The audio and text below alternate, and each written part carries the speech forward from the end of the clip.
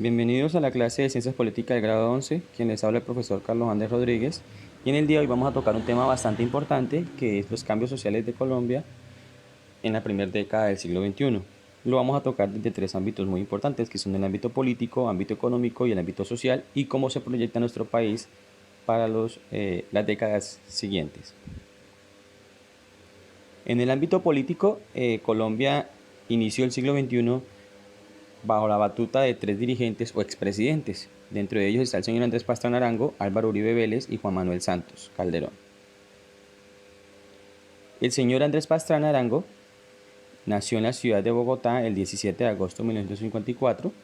El señor es abogado, empresario y diplomático colombiano, periodista y político colombiano, líder del Partido Conservador.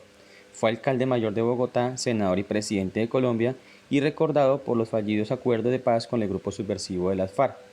Dicho dirigente es hijo de Misael Pastrana Borrero, quien fue presidente de Colombia entre los años 1970 y 1974. También es recordado porque en su gobierno intentó llevar a cabo obviamente este proceso con las FARC, pero también se dio hecho histórico también conocido como la silla vacía, en donde en los diálogos del Caguán, en San Vicente del Caguán, fue sentado a esperar al señor dirigente de las FARC y este nunca llegó y por eso se conoce como la silla vacía. Por su parte, el señor Álvaro Uribe Vélez, quien gobernó en Colombia entre los años 2002, 2016, 2006 y posteriormente se reeligió hasta el año 2010, nació en Medellín el 4 de julio de 1952, es abogado y político colombiano, trabajó en las empresas públicas de Medellín, en el Ministerio de Trabajo y la Aeronáutica Civil. Fue alcalde de Medellín en el año 1982, senador de la República en el 86 y 94 y gobernador de Antioquia en el 95 hasta el 97. Fue elegido presidente de la República de Colombia en el año 2002 y reelegido en el 2006. Este dirigente, al igual que los que han llevado la batuta en el país, pues adelantó una serie de proyectos en pro de la seguridad democrática, que fue su gran bandera, pero que a raíz de los hechos en los 8 años de gobierno de dicho mandatario, pues se dieron también una serie de hechos que lamentar, en donde muchos se dieron falsos positivos con esa famosa seguridad democrática, en la que sí se redujo bastante algunos hechos delictivos de los grupos al margen de la ley, pero que también las fuerzas militares hicieron cosas inapropiadas. Dentro de su gobierno se dio la parapolítica, es decir, vínculos de altos mandos del gobierno con los paramilitares en las diferentes masacres que han ocurrido en el territorio nacional. Dentro de su gobierno, pues fue la primera modificación, diría yo que trascendental en la historia del país, cuando se modificó la Constitución para aprobar su reelección y este volvió a ser gobernante de los colombianos hacia el año 2006 hasta el año 2010. Este señor, después de haber salido del cargo público y haber estado durante 8 años a la cabeza del país, apadrinó al señor Juan Manuel Santos, quien posteriormente se convirtió en presidente de la República. Por su parte, Juan Manuel Santos nació en Bogotá el 10 de agosto de 1951, político y economista colombiano, ganador del Premio Nobel de la Paz, que ejerció el cargo de presidente de la República desde el 7 de agosto del 2010 hasta el 7 de agosto de 2018. Actualmente es profesor de la Escuela de Gobierno John F. Kennedy en la Universidad de Harvard. Este señor o este dirigente, que fue presidente de la República, realizó una serie de reformas en las cuales implementó la ley de víctimas, por ejemplo, esa ley de víctimas en la que trataba o trata de apoyar a aquellas personas que han sido víctimas del conflicto armado. Este señor hay que resaltar también que fue uno de los que se desempeñó en el cargo bajo el gobierno del presidente Gaviria. Este señor también fue ministro de Comercio Exterior en el gobierno del señor Gaviria. También tuvo que ver en la parte del gobierno del señor Andrés Pastrana y se desempeñó como ministro de Hacienda. Y en el gobierno del señor Álvaro Uribe Vélez se alejó, dejó el Partido Liberal y hizo parte del partido de la U y fue nombrado ministro de Defensa en el gobierno del señor Álvaro Uribe Vélez y posteriormente pues, se convirtió en el presidente de la República. Este señor, aparte de haber hecho ese tipo de políticas o reformas, modificó también y planeó la ley de ordenamiento territorial, la cual ha sido digamos, la piedra en el zapato en la historia de nuestro país, porque en Colombia no se ha hecho realmente un ordenamiento territorial en los cuales los campesinos y la gente víctima del conflicto vuelva a retornar a sus tierras, y los grandes terratenientes pues muchas veces no van a permitir esto para no repartir sus territorios que fueron a veces adquiridos de mala forma a través del conflicto armado en el país. También se hizo una reforma a la ley de garantías dentro de su gobierno. Esa ley de reforma de las regalías hace referencia a que cuando se extraen materias primas o recursos de diferentes partes del país, estas regalías son los impuestos los dineros que quedan producto de esa extracción y se van a distribuir en ese territorio. Pero con esa reforma a la ley de regalías hace referencia a que ese dinero no va a ser solo suministrado en el territorio donde es explotado el recurso, sino que este va a ser repartido equitativamente en todos los departamentos del país. Asimismo, dentro de él se hizo la reforma a la Constitución, en la que ya se canceló la reelección presidencial. Dentro de su gobierno se dio una muerte a Monojojoy, se adelantó un proceso de paz en La Habana, Cuba, y que finalizó con el acuerdo el 23 de agosto del 2016. Hay que resaltar de que este señor llevó a cabo ese proceso de paz pasando por encima de un plebiscito al cual había convocado al pueblo colombiano, y el pueblo colombiano votó un rotundo no, pero este lo llevó a cabo. Esto lo hizo ganador del Premio Nobel de Paz el 7 de octubre del 2016, y pues también dio pie al inicio de los diálogos con el ELN el 7 de febrero del 2017 en Quito, Ecuador. Hay que resaltar que entre el gobierno del señor Álvaro Uribe Vélez y el señor Juan Manuel Santos se llevó a cabo un tratado de libre comercio o aprobación del tratado de libre comercio con los Estados Unidos de Norteamérica, que permitió que los productos colombianos llegaran sin aranceles a el país norteamericano. Pero asimismo, ciertos sectores de la economía colombiana se vieron afectados por dichas políticas. En el ámbito económico, pues Colombia tiene una serie de productos de exportación como el café. Sin embargo, existen varios sectores que hicieron que Colombia fuera uno de los países más reconocidos por su producción, como son la esmeralda, la floricultura. También se destacan los sectores de la industria automotriz, textiles y un gran exportador de oro, zafiros, diamantes, entre otros productos. Hay que resaltar que la economía colombiana a nivel regional, a nivel de Latinoamérica, es mencionada como la cuarta mejor economía de Latinoamérica, solo superada por países vecinos como Brasil, como México y como la Argentina. Dentro de estos hechos históricos que estamos mencionando en el momento, cabe resaltar que la economía colombiana, como es la cuarta, después de la brasileña, mexicana y argentina, a nivel global, pues Colombia está entre las 30 mejores del mundo. Dentro de ello también tenemos que mencionar que Colombia hace parte de diferentes organismos internacionales de comercio, y que en nuestro país pues se lleva a cabo un proceso bastante importante, que es el neoliberalismo, un proceso económico derivado del capitalismo, y que es en donde el Estado colombiano no debe intervenir en las políticas económicas o protección de la economía local. Es decir, que los modos de producción o la oferta y la demanda son las que regulan el mercado, la libre competencia, y Colombia no puede implementar eso. Por eso da pie a que se hagan esos tratados de libre comercio y que llegue a nuestro territorio la inversión extranjera. Haciendo el recorrido dentro de ello, pues Colombia pertenece internacionalmente a la OMC, o más conocida como la Organización Mundial de Comercio. Dicha institución es la que está encargada de adelantar los procesos económicos o acuerdos económicos entre los diferentes países miembros de dicha institución. Por su parte, también Colombia, en el gobierno del señor Juan Manuel Santos, ingresó a un mecanismo comercial como lo es la OCDE. La OCDE es conocida también como la Organización para la Cooperación y Desarrollo Económico.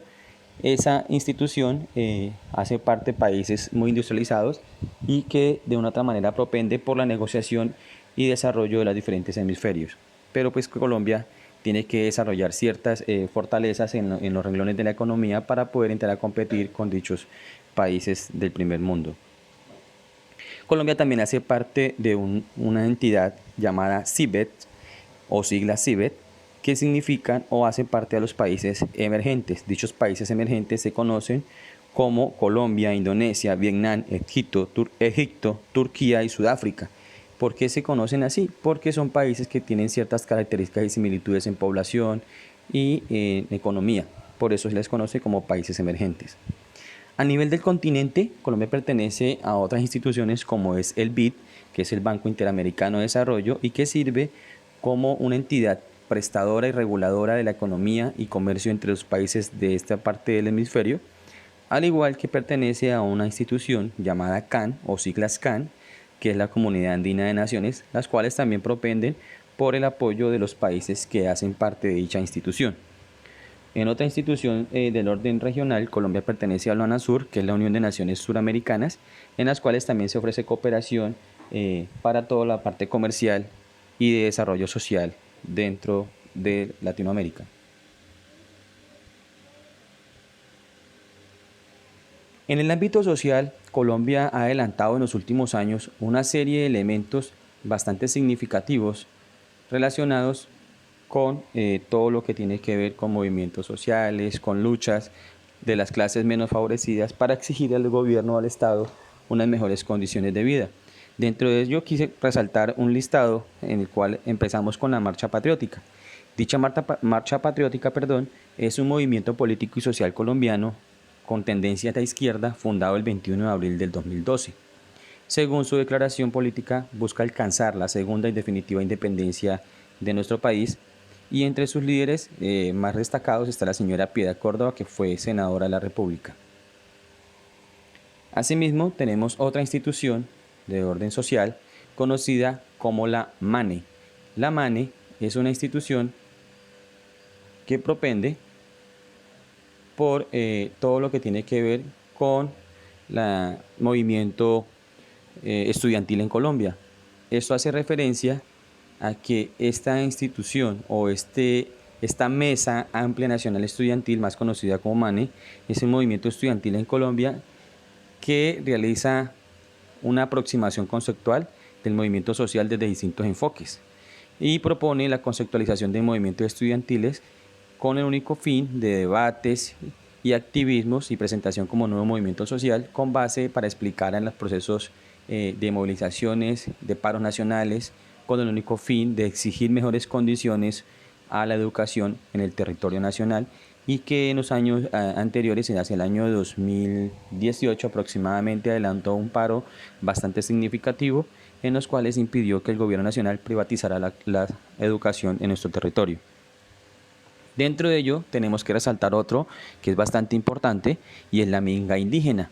La minga indígena o minga nacional o gran minga por la vida fueron una serie de marchas y protestas realizadas por aproximadamente entre 45.000 y 60.000 indígenas de diferentes etnias en el año 2008, principalmente la etnia Nasa, y cubrió cerca de 120 kilómetros entre Santander de Quilichao, departamento del Cauca, y Santiago de Cali, en el departamento del Valle del Cauca, y se dirigió hacia Bogotá el 2 de noviembre, ya que no habían logrado ponerse de acuerdo con el entonces presidente Álvaro Uribe Vélez durante un debate realizado en Piendamó, Cauca, en donde los indígenas exigían al gobierno mejores condiciones sociales, acceso a salud y demás que requieren dichas poblaciones.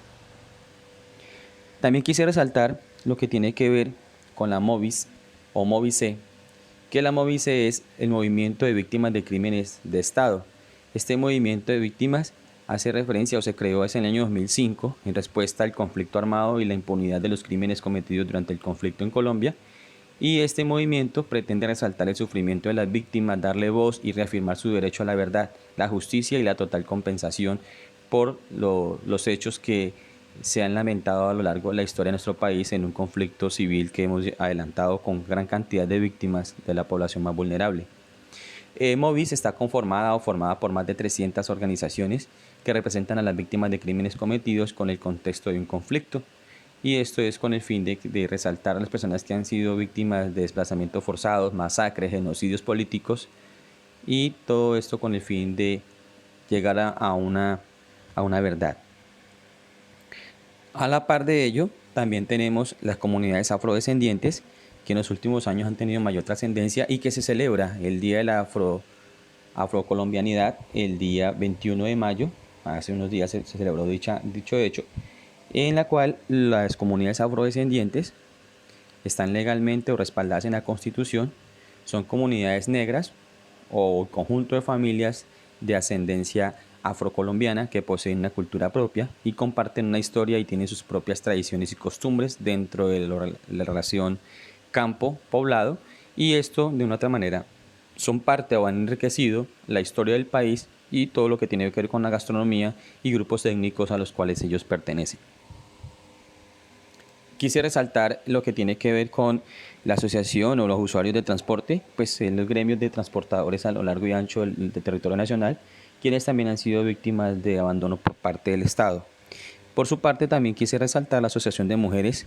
Esa Asociación de Mujeres es una entidad sin ánimo de lucro que ofrece servicios gratuitos a mujeres y niños que hayan sido víctimas o hayan sufrido algún tipo de agresión sexual en el ámbito estatal y sin ánimo de lucro. Esta nace en el año 1986 para conseguir la igualdad real de oportunidades para las mujeres que han sido víctimas de algún tipo de acto sexual.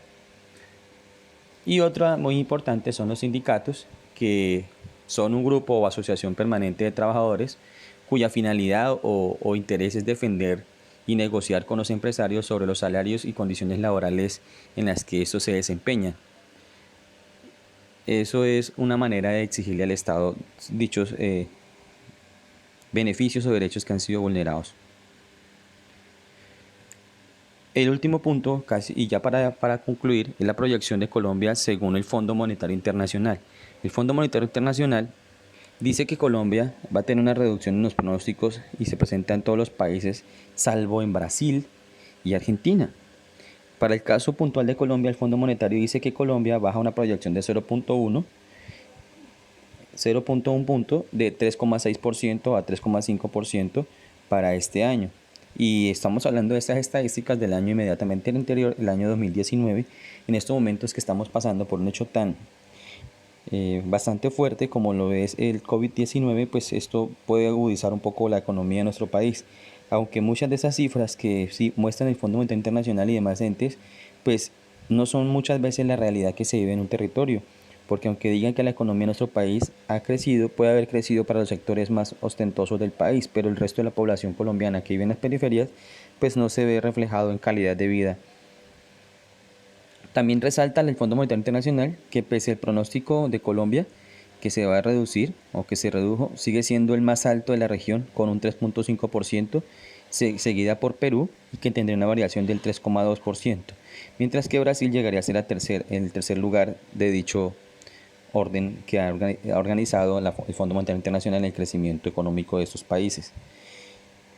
El 1% de México lo ubica en el cuarto lugar y Chile con el 0.9% completaría el grupo de los 5 países con crecimiento en esta región del planeta.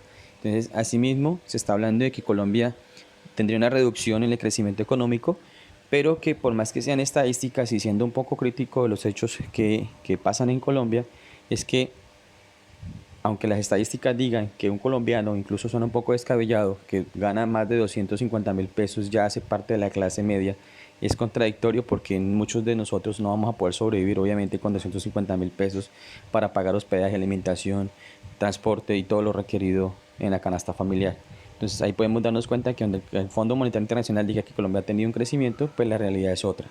Y Colombia sigue siendo un país subdesarrollado que tiene infinidad de dificultades, y por ello, lo que mencionaba hace un momento, lo relacionado con los movimientos sociales que están exigiendo en el país mejores condiciones de vida y oportunidades para acceder a la parte laboral. Chicos, hemos llegado a la parte final de este tema. Espero haya sido de su agrado y nos vemos en una siguiente clase. Hasta luego.